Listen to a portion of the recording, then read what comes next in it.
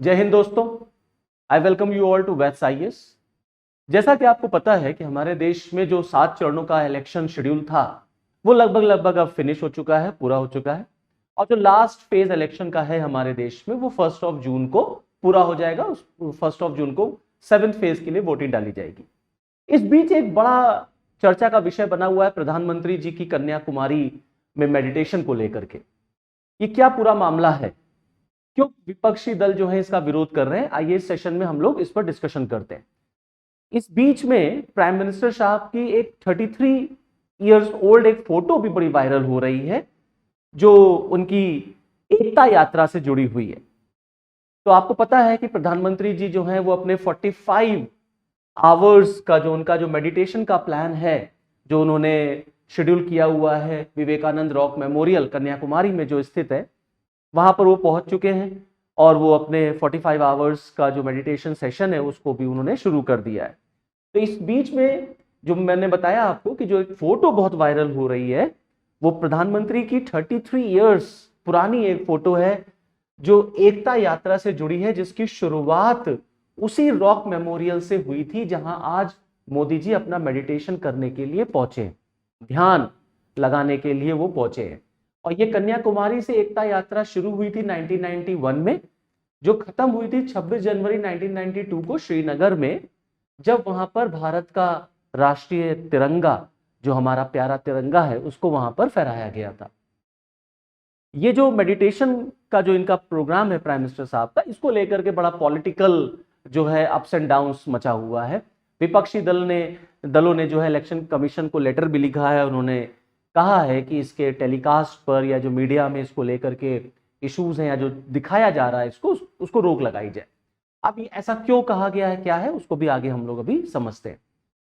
Question ये उठता है कि प्राइम मिनिस्टर साहब ने रॉक मेमोरियल को ही क्यों चुना, क्या सिग्निफिकेंस है, क्या इंपॉर्टेंस है, यहीं पर जाकर के उन्होंने क्यों ध्यान केंद्रित किया। तो देखिए आपको मैं बताता हूं कि ये जो रॉक मेमोरियल है, ये जो मेडिटेशन का प्लेस जो मोदी जी ने चुना है, ये एक्चुअली में ध्यान मंडपम कहते हैं इसको। और ये वो स्पॉट है जहां पर the great icon, the great leader, जो आपके the great philosopher, the great saint Swami Vivekananda ji ने मेडिटेशन किया था इन द ईयर 1892। वहीं पर जाकर के प्राइम मिनिस्टर साहब भी अपना मेडिटेशन कर रहा है और उन्हीं को ये ट्रिब्यूट है। ये जो रॉक मेमोरियल बना था ये उन्हीं को ट्रिब्यूट है, स्वामी विवेकानंद जी की एक तरीके से ट्रिब्यूट शो करने के लिए रॉक मेमोरियल बनाया गया था। अच्छा, ये पहली बार नहीं है कि प्राइम मिनिस्टर साहब ने जो है वो मेडिटेशन सेशन अपना जो है वो शुरू किया हो। आपको याद होगा कि जब 2014 में इलेक्शंस जो है वो फिनिश हुए थे, तो आपने देखा होगा कि 2014 में प्रधानमंत्री जी जो है वो प्रतापगढ़ फोर्ट पहुंचे थे। और प्रतापगढ़ फोर्ट वो फोर्ट है जहां पर छत्रपति शिवाजी ने जो है वो अफजल खान को डिफीट किया था in the battle of Pratapgarh. और उसी को लेकर के, मतलब जो बैटल ऑफ प्रतापगढ़ में अफजल खान डिफीट हुए थे, वहीं से आप देखेंगे कि एक मराठा एम्पायर का इस्टेब्लिशमेंट के लिए एक प्लेटफॉर्म सेट किया गया था। तो 2014 में प्राइम मिनिस्टर साहब ने उस प्लेस को विजिट किया था। ऐसे 2019 में आपने देखा होगा कि प्रधानमंत्री जी मेडिटेशन करने के लिए केदारनाथ के केव्स में जाते हैं। आदि शंकराचार्य जो है उन्होंने वहां पर, जिन्होंने हिंदू सिविलाइजेशन को यूनिफाई किया था, उन्होंने वहां पर समाधि जो है वो अटेन की थी। तो प्रधानमंत्री जी ने उस प्लेस को जो है वो सेलेक्ट किया था। इसी तरीके से 2024 में अब की बार मेडिटेशन के लिए कन्याकुमारी को उन्होंने सेलेक्ट किया है, जहां पर विवेकानंद जी ने जो है वो मेडिटेशन किया था। पूरे भारत की भ्रमण करने के बाद, travelling across India, Swami Vivekananda जो है वहां पहुंचते हैं और फिर वो वहां पर अपना मेडिटेशन शुरू करते हैं। और after attaining the spiritual enlightenment और स्पिरिचुअल अवेकनिंग, उन्होंने एक डेवलप्ड नेशन, एक डेवलप्ड इंडिया की कल्पना की। तो प्राइम मिनिस्टर साहब ने भी उसी प्लेस को इसीलिए सेलेक्ट किया है। अगर आप देखेंगे कि इस जो रॉक मेमोरियल है, अगर हम इसके महत्व, इसके सिग्निफिकेंस की हम बात करते हैं अगर, तो जैसा कि मैंने आपको बताया कि स्वामी विवेकानंद जो है वो 4 साल भारत के भ्रमण के बाद वहां पर पहुंचते हैं and he formulated his philosophy of having faith in one's divine nature, truth, purity, honest, perseverance, courage, strength and love. तो एक तरीके से अपनी फिलॉसफी जो है वहां पर रखते हैं। माना जाता है कि यही वो जगह है जहां पर स्वामी विवेकानंद जी को स्पिरिचुअल अवेकनिंग हुई थी। क्लियर। नाउ इसी प्लेस से जुड़ी हुई एक और भी कहानी है। माना जाता है कि ये वही प्लेस है जहां पर गॉडेस पार्वती ने मेडिटेशन किया था कि एक पैर पर खड़े होकर के, when she waited for Lord Shiva, जब उन्होंने भगवान शिव के इंतजार में एक पैर पर खड़े होकर के लॉर्ड पार्वती ने यहां पर मेडिटेशन किया था। इस प्लेस से जुड़ी हुई एक ये भी कहानी है। दूसरा आप देखेंगे ये जो पोजीशन है या ये जो प्लेस है, ये वो प्लेस है जहां पर 3 सागरों का जो है वो मीटिंग पॉइंट होता है, Indian Ocean, Bay of Bengal and Arabian Sea. Plus प्रधानमंत्री श्री नरेंद्र मोदी स्वामी विवेकानंद को अपना एक रोल मॉडल मानते हैं। No this is very important for Modi. Swami Vivekananda is the role model. वो कई बार अपने स्पीचेस में जो है स्वामी विवेकानंद जी का जिक्र भी करते हैं। ये भी एक वजह है कि उन्होंने ये जगह क्यों चुनी। Now prime minister Shri Narendra Modi was even a member of Ramakrishna Mission. वो रामकृष्ण मिशन के सदस्य भी रह चुके हैं। ये भी एक देखिए बड़ा इंटरेस्टिंग पॉइंट है।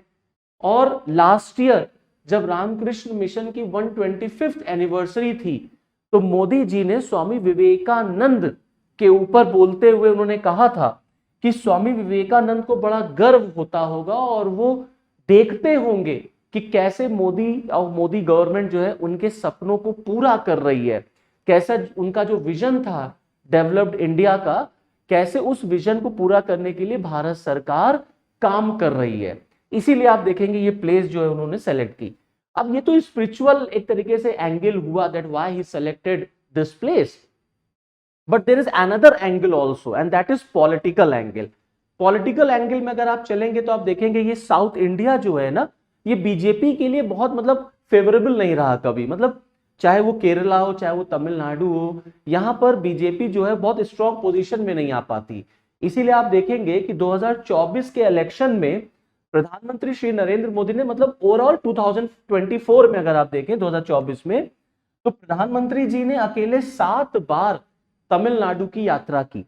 तो तमिलनाडु उनके लिए बड़ा इंपॉर्टेंट, मतलब पूरा ही साउथ इंडिया उनके लिए बड़ा इंपॉर्टेंट पोजीशन होल्ड करता है if he wants to get 400 seats, जैसा कि अब की बार का स्लोगन है कि अब की बार 400 पार। तो बिना साउथ इंडिया में आपकी पार्टी को मजबूत किए या सीटें जीते आप 400 सीट नहीं ला पाएंगे।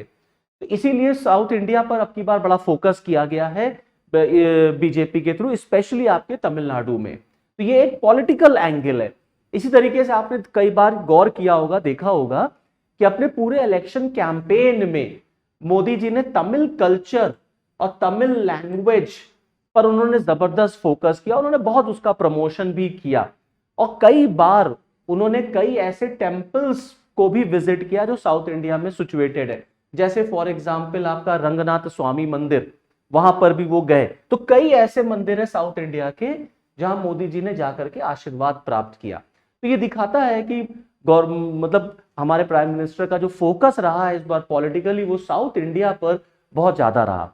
अगर आप सीटों की बात करें, लोकसभा की सीटों की, तो अगर हम 5 दक्षिण के राज्य ले लें, 5 southern states, for example Kerala, Tamil Nadu, Andhra Pradesh, Telangana and Karnataka, तो आप देखेंगे आउट ऑफ 543 लोकसभा सीट्स, इन 5 राज्यों में 131 सीट्स कवर होती हैं। तो आप देख सकते हैं कि 400 सीटों के लिए ये राज्य जो है कितने इंपॉर्टेंट हैं। प्लस अकेले तमिलनाडु में पार्लियामेंट की 39 सीट्स हैं। तो साउथ इंडिया पॉलिटिकली बड़ा इंपॉर्टेंट है हमारे प्राइम मिनिस्टर के लिए। अपने एक इंटरव्यू में जो उन्होंने 20 मई को दिया था पीटीआई को, उन्होंने इस बात का जिक्र भी किया कि इस बार साउथ इंडिया में बीजेपी जो है कमाल करेगी और एक जबरदस्त जंप आप देखने को मिलेगा in seat sharing as well as in vote shares. मतलब सीट भी बढ़ेंगे और वोट भी बढ़ेंगे इस पूरे साउथ इंडिया में। तो इसीलिए प्राइम मिनिस्टर साहब ने इस प्लेस को सेलेक्ट किया। ये बड़ा इंपॉर्टेंट है। ओके, ये मैं आपको बता ही चुका हूं। ठीक है, ये आप देख सकते हैं कि जब वो उत्तराखंड केदारनाथ 2019 में ध्यान लगाने के लिए गए थे, उस समय की ये तस्वीर है। आई एम श्योर कि आप लोगों ने सुना होगा, देखा भी होगा। अब हम लोग उस बात पर आते हैं कि आखिरकार में मेडिटेशन से किसी को क्या दिक्कत हो सकती है। भाई मेडिटेशन तो आपका अपना पर्सनल इशू है ना, पूजा पद्धति करना, ध्यान लगाना, ये तो पर्सनल है। क्या प्राइम मिनिस्टर मेडिटेशन नहीं कर सकता? तो कांग्रेस या विपक्षी दल जो है वो इस स्टेप को, प्राइम मिनिस्टर के इस स्टेप को लेकर के क्यों अपोज कर रहे हैं और उन्होंने इलेक्शन कमीशन को क्यों लेटर लिखा। दरअसल कांग्रेस और विपक्षी दलों का मानना है कि वो बात ठीक है कि 7वें जो चरण है इलेक्शन का उसकी कैंपेनिंग खत्म हो चुकी है, बट कहीं ना कहीं इनडायरेक्ट वे में प्राइम मिनिस्टर जो है वो कैंपेनिंग करते हुए नजर आ रहे हैं, क्योंकि जब मीडिया प्राइम मिनिस्टर के इस पूरे मेडिटेशन को कवर करेगी और टीवी पर दिखाएगी तो कहीं ना कहीं ये पब्लिक के माइंड में जो है एक मैसेज शो करेगा। तो कांग्रेस का प्लस अपोजिशन पार्टीज का मानना है कि इस चीज से prime minister Narendra Modi political mileage लेना चाहते हैं। अब वो ये मैसेज देना चाहते हैं एक पर्टिकुलर कम्युनिटी को कि आप किसको वोट दें। तो कहीं ना कहीं इस स्टेप से भी मोदी जी जो हैं वो अपना पॉलिटिकल कैंपेनिंग जो है वो कंटिन्यू कर रहे हैं। इसीलिए विपक्षी पार्टीज का मानना है कि इलेक्शन कमीशन को इस पर स्टेप लेना चाहिए and election commission should stop the media coverage related to this step of prime minister Modi. For example जैसे तमिलनाडु कांग्रेस ने इसको क्रिटिसाइज किया और कहा यह पॉलिटिकल फ्रॉड है।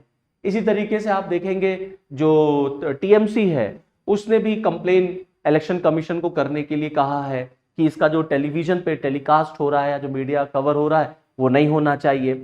प्लस इसको एक तरीके से जो है दिखावा, एक तरीके से शो ऑफ की बात की गई है कि सब चीजों से जो है वो प्राइम मिनिस्टर मोदी एक पर्टिकुलर कम्युनिटी को मैसेज देना चाहते हैं कि आप जो है वो किसको वोट देंगे। So this is all from this video lecture. Okay, thank you, जय हिंद।